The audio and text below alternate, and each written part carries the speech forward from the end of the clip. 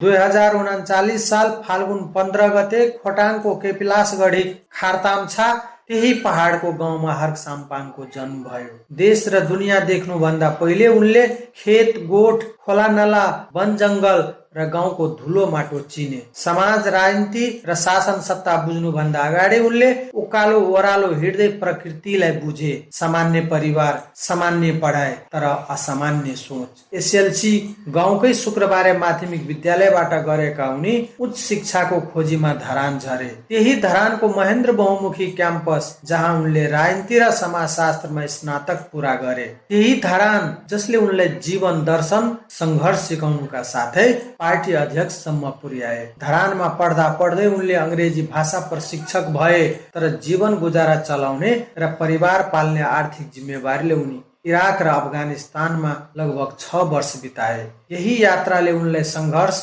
श्रम र अनुशासन सिकायो। यही यात्राले उनलाई जीवनको उकाली ओह्राली सम्झायो, संसार बुझायो।